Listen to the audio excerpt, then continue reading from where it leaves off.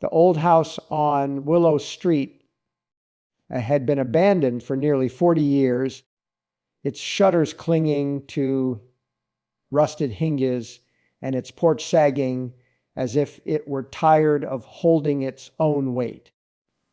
The townsfolk never dared to step inside, and the children who once played dares near its rotting fence always swore they heard whispers seeping through the cracks in the walls when the night wind passed.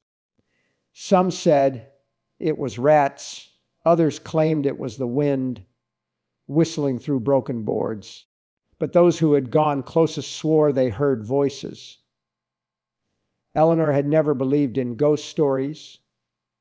She was a historian, practical, logical, and drawn to evidence more than folklore. When she inherited the house from a distant uncle, she barely remembered. She saw it not as a curse, but as an opportunity. She told herself she would restore it, sell it, and perhaps even uncover some forgotten history. But standing on the porch on the first evening, staring at the dark windows that reflected no light, she felt the weight of silence pressing against her chest. Inside, the air was heavy with dust, carrying the faint scent of mold and something else, something metallic, like old blood. She tried not to think about it as she walked through the rooms, shining her flashlight across peeling wallpaper, water-stained ceilings, and broken furniture that looked as though it had been abandoned in the middle of life. A child's toy lay on the floor, a wooden horse with one wheel missing. She bent down, picked it up, and almost dropped it when she thought she heard a faint sigh beneath her feet. She told herself it was the house settling. Old wood always groaned. She was not about to let a creak frighten her. She set up her sleeping bag in what used to be the living room, lit a lantern, and opened her notebook to start cataloging the condition of the structure. But as she wrote, her pen halted mid-sentence. The sound came again, clearer this time, whispering, low and hushed, as though a group of people were speaking just beneath the floorboards. Her skin prickled. She lowered her ear to the dusty wooden planks and held her breath. She couldn't make out the words, only the tone, urgent, soft, and overlapping like a chorus of unseen mouths. She pulled back quickly, convincing herself she was tired, her imagination filling in the silence. Still, the whispers did not stop. They came and went like waves, growing louder when she tried to ignore them, fading when she strained to listen. That night she barely slept. Each time she closed her eyes, the murmurs beneath her grew louder, as though aware of her drifting mind. She dreamt of faces pressing against the wood, their mouths moving silently, their fingers clawing upwards. When she woke, gasping, she swore she felt the floor trembling faintly beneath her. The next day, determined to explain it, she pulled up a loose board near the fireplace. A foul stench rushed out like breath from a sealed tomb, and she gagged, covering her nose. Beneath the floor was not empty space, but a crawl space of dirt and stone. She shined her flashlight inside, and for the briefest second, she thought She saw pale shapes retreating into the shadows as though startled by the light. When she blinked, they were gone. Eleanor told herself it was rats, perhaps even feral cats, but the whispers that night told her otherwise. They formed words now, faint but unmistakable. They called her name. She sat upright in her sleeping bag, her heart racing. "Who's there?" She whispered, "I've the foolishness of speaking to voices." In the floor struck her the moment the words left her lips. The whispers stopped suddenly, plunging the house into silence so deep it rang in her ears. And then a single word came, clear and cold as ice: "Stay." The next day she should have left. She thought about it, even packed her bag, but something rooted her there. A strange compulsion to know more, to uncover whatever secret lay beneath the floor, kept her from walking out the door.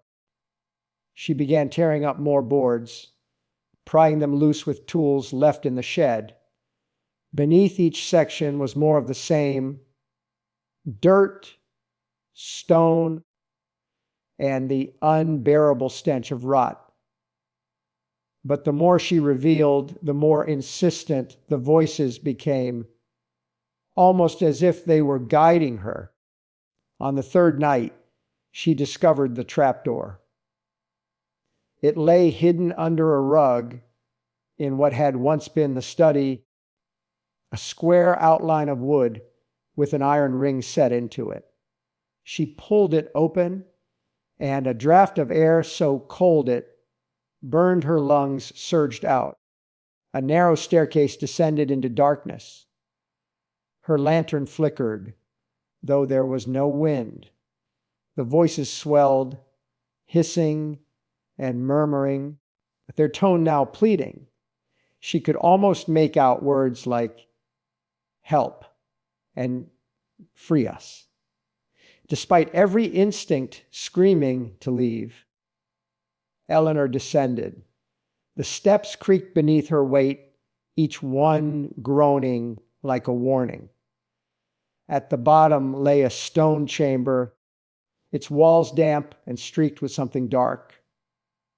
Chains hung from hooks, some still holding scraps of fabric or bone. In the center of the floor was a pit, ringed with symbols carved into the stone. From that pit, the voices rose, hundreds of them, echoing like the cries of a buried choir. She approached slowly, lantern trembling in her hand. When she peered inside, her breath caught. Faces pressed against the earth itself, pale and twisted, their mouths opening and closing soundlessly, their eyes wide with eternal terror. The whispers flooded her mind, bypassing her ears, voices clawing into her skull, begging her to release them. She stumbled back, her lantern nearly slipping from her grasp. Every instinct told her to run, to flee that place and never return. But the voices shifted, softening, coaxing, promising.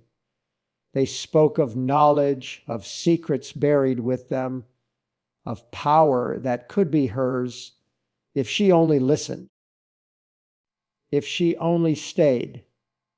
For hours she lingered, torn between horror and fascination.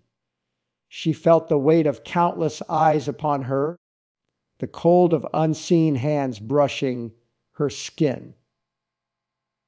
When at last she forced herself back up the stairs, the trapdoor slammed shut behind her of its own accord. She dropped her lantern, its flame sputtering out, and in the darkness above the floorboards, the voices still whispered, but now they followed her everywhere in the house. Days blurred together. She stopped writing in her notebook, stopped thinking of selling the house. The voices no longer waited for nightfall. They spoke constantly, filling her head, leaving no room for her own thoughts. They told her things, memories not her own, horrors she could barely comprehend.